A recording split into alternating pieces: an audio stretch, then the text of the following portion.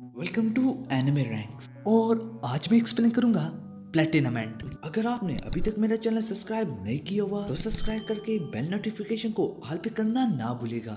वैसे जरूरी तो नहीं है, लेकिन अगर मेरे दिसंबर के एंड तक 3 के सब्सक्राइबर्स होंगे तो मैं नेक्स्ट मंथ दिन की 3 वीडियोस अपलोड करूंगा। Thank you. Now enjoy this video.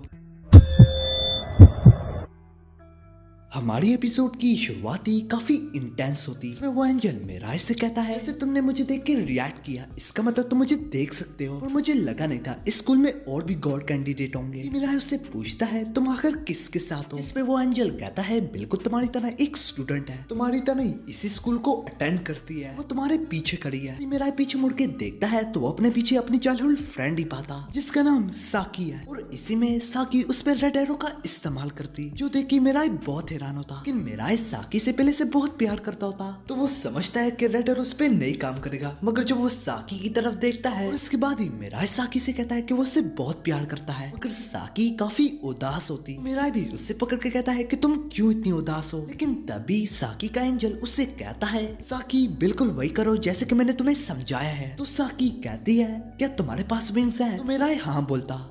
इन सब के बाद साकी फिर से बोलने लगती, क्या तुम्हें याद है कि मैं कहाँ रहती हूँ? तो इसमें भी मेरा हाँ ही बोलता। इसके चलते ही साकी उसे कहती है, 3rd फ्लोर, तुम अभी जाओ विंडो से। और हाँ, इस बात का ख्याल रखना कि तुम्हें कोई देखे भी नहीं। मेरा इंतजार करो, मैं एंट्रेंस सेरेमनी के बाद उधर ही आऊंगी। तभी तुरंत से मेरा उड़ के चला जाता। और मेरा के दिल में यही होता कि वो साकी से बेइंतहा मोहब्बत करता है। जबकि वहीं पे साकी का एंजल कहता है, अगर इसका एंजल का है, वो तो इस पे नजर भी नहीं रख रहा था। अभी दूसरे सीन में हमें दिखाया जाता है कि मेरा साकी के रूम में पहुंच जाता है और वहाँ पे बैठ के साकी के बारे में ही सोच रहा होता है। कुछ ही देर बाद साकी भी एंट्रेंस सेरेमनी से फारिग होके यहीं पे आ जाती। साकी उसे बताती है कि हम दोनों एक ही क्लास में हैं। जो सुनते ही मिराई बहुत खुश होता। तभी साकी का एंजल साकी से कहता है कि तुम उसे उसके एंजल के बारे में पूछो। साकी के पूछने पे मिराई उसे बताता है कि वो स्पेशल रैंक की है। जो सुनते ही साकी का एंजल बहुत हैरान होता। इसके बाद वो उसे व्हाइट एरो के बारे में पूछते तो मिराई उस पे भी हाँ बोलता। तभी साकी के एंजल के पैरों तले जमीन खिसक जाती। वो मिराई से पूछता है कि तुम मेट्रोपोलिमन तो नहीं? तो तुरंत से मिराई इनकार कर देता। सुनते ही उस एंजल को थोड़ा सुकून मिलता और उसका एंजल मजीद बोलता कि वो 2nd रैंक है। यही वजह से साकी के पास विंग्स नहीं है। इसी वजह से वो मिराई से कहता है कि अब तुम उसके विंग्स का काम करोगे, क्योंकि विंग्स के बगैर रेड एरो को डॉज करना नामुमकिन है। ऐसा करने पे मिराई मान जाता।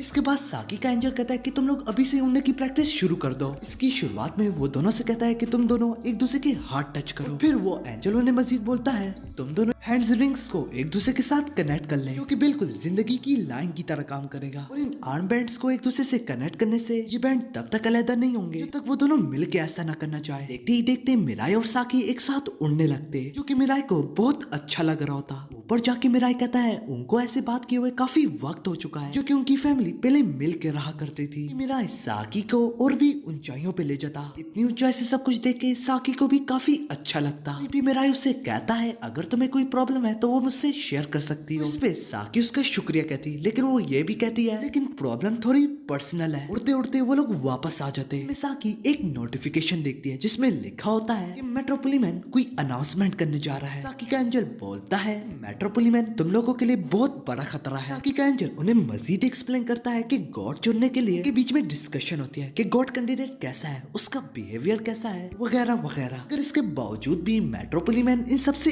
एग्री नहीं करता। सारे गॉड कैंडिडेट का खात्मा करके खुद ही गॉड बनना चाहता है। वहीं पे वो हीरो ऑफ जस्टिस भी है। अब इसी वजह से पुलिस, न्यूज, अब सारे लोग इसी की तरफ है। साकी का एंजल भी यही बोलता है कि वो गॉड बनने के काबिल भी नहीं है, किसी ना किसी को तो उसे रोकना होगा। उसका एंजल भी स्पेशल रैंक है, तो इससे मतलब उसके पास भी व्हाइट एरो है और इसी वजह से साकी की जान भी खतरे में पड़ सकती है। सुनते ही मिराई काफी जोश में आ जाता। मिराई कहता है, तो इसके साथ मैं देखूंगा। मिराई उधर ही जाने लगता जहाँ पे मेट्रोपोलिमन अनाउंसमेंट करने जा रहा है। और तभी वो एंजल कहता है, ये करना काफी खतरनाक हो सकता है। इसके बावजूद भी मिराई कहता है कि वो उसके लिए जान भी दे सकता है, जो कि सब कुछ रेड एरो की वजह से हो रहा है। तुरंत से वहाँ पे नासे आ जाती, वो उसे ऐसा करने से मना कर देती। मिराई काफी देर से गन आया होता है, इसी वजह से नासे को थोड़ी फिक्र हो रही थी और वो वो उसे देखने आ गई। तुमने तो रेड एरो का इस्तेमाल साकी पे करना था, ना कि रेड एरो से खुद हिट हो जाना था। इसके बावजूद भी मिराज उसे कहता है कि वो खुश है, जबकि दूसरी ओर साकी का एंजल जिसका नाम रेवल है वो दिल ही दिल में सोच रहा होता है कि स्पेशल रंग की एंजल के पास अपनी खसूसियात होती है, जैसे कि नासे प्योरिटी से बिलोंग करती है और वैसे ही रेवल ट्विक्स्टर है जो कि नासे के उलट है। रेवल शुरू में सोचता है कि नासे थोड़ी खतरनाक हो सकती है। इस तरीके से वो मिराज से बात करी होती है, ये देख के वो कहता है कि शायद नासे का भी इस्तेमाल किया जा सकता है।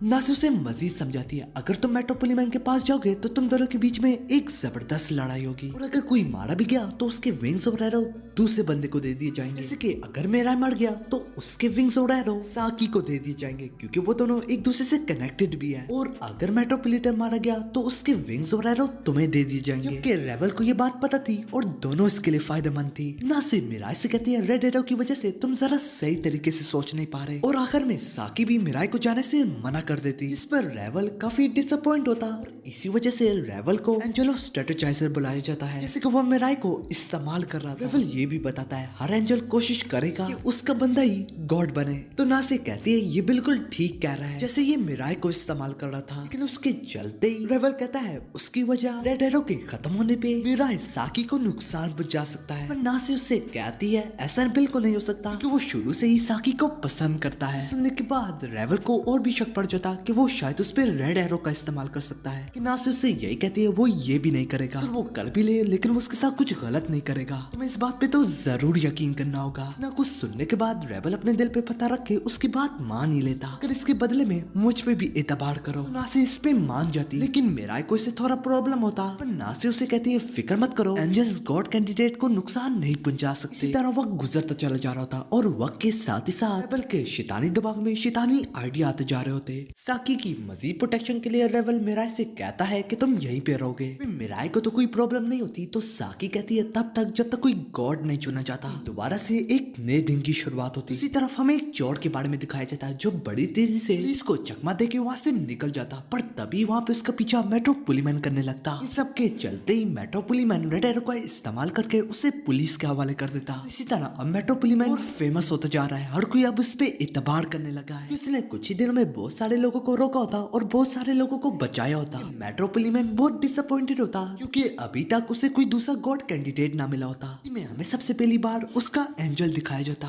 उसका एंजल मेट्रोपोलिमैन से बोलती है, हाँ सबसे बेहतर सोल्यूशन गॉड बनने के लिए यही है, बाकी 11 गॉड कैंडिडेट्स को उड़ा दिया जाए। अब तक मेट्रोपोलिमैन को दूसरे गॉड्स कैंडिडेट्स को चैलेंज किए हुए 1 महीना हो गया होता, पर इसके बावजूद भी अभी तक कोई गॉड कैंडिडेट उससे लड़ने ना आया। सारे गॉड कैंडिडेट्स उससे डरे होते। अगर इस तरह चलता रहा तो हमें से गॉड बनने का फैसला होगा। वही 13 एंजल ही फैसला करेंगे। जैसे कि पिछले गॉड ने उनको 999 दिन दिया है। मेट्रोपोलिमैन के शैतानी दिमाग में कुछ शैतानी चल रहा होता। देखते 33 दिन गुजर जाते। राय पे एरो का इफेक्ट खत्म हो जाता है। ऐसा कुछ न करता जो कि रेवल एक्सपेक्ट कर रहा था। नासे भी उससे बोलती है, कहा था ना मैंने, वो ऐसा बिल्कुल नहीं करता। कि मिराज से माफी भी मांगती है, लेकिन मिराज उससे कहता है कि तुमने बहुत अच्छा किया। इसकी वजह से वो उसे बता पाया कि वो कितना प्यार करता है उससे। इससे ही मुझे पता चला है ये कितना अहम है। के साथ रहा उसे असली हैप्पीनेस फील हुई। मिराज मजीद बोलता वहीं पे मेट्रोपोलिमैन गॉड बनने के काबिल भी नहीं है। लोगों से उसकी खुशियाँ छीन लेता हो। की बात में पहली बार रेवल भी हाँ में हाँ मिलाता। गॉड का काम है खुशियाँ देना, ना कि छीनना। दोबारा से मिराज जोश में आके कहता है,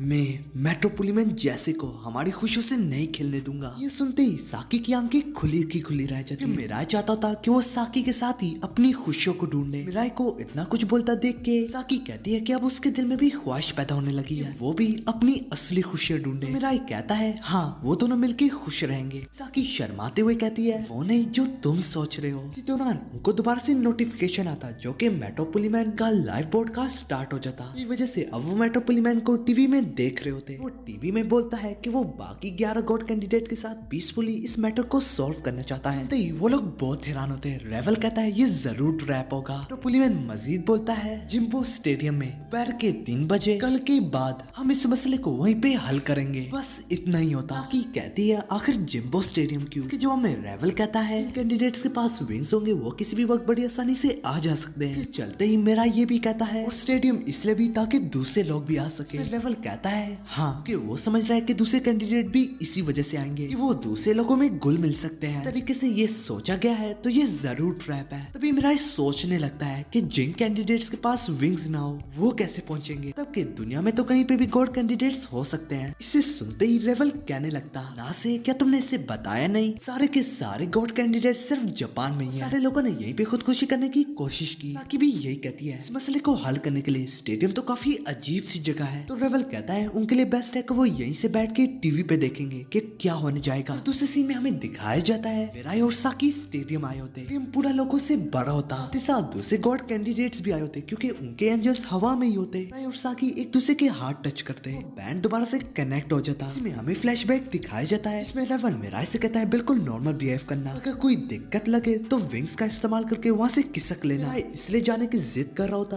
कि मिराई का मानना होता शायद खुद जाके वो शायद कुछ नया जान ले। मिराई ने प्रॉमिस किया होता है कि वो कुछ ऐसा नहीं करेगा लोगों का ध्यान उसकी तरफ जाए। फिर भी मिराई मौके की तलाश में होता है कि वो रेड एरो से मेट्रोपोलिमन पे वार कर दे। साथ ही साथ पुलिस की सिक्योरिटी भी काफी टाइट होती कि अगर उन 11 बंदों में से कोई हमला वगैरह कर दे। यूं ही 3 बज जाते कि मेट्रोपोलिमन फिक्स 3 पे आता। तभी देखते ही देखते वहाँ पे 2 और नए सूट वाले आ जाते, मेट्रो ब्लू और मेट्रो येलो। भी गॉड्स कैंडिडेट्स होते कि फर्स्ट रैंक एंजल या उससे भी हाई रैंक एंजल्स के पास विंग्स और एरो दोनों होते हैं। वो दोनों मेट्रोपोलिमन से लड़ने आए होते। यूं ही सबसे पहला वार ब्लू वाला करता जो कि अपने रेड एरो से। मेट्रोपोलिमन बिना हाथ हिलाई किस्म की फोर्स फील्ड से उसका एरो को रोक लेता। पहले मेट्रोपोलिमन उस पे वार करता लेकिन हमारी एपिसोड खत्म हो जाती।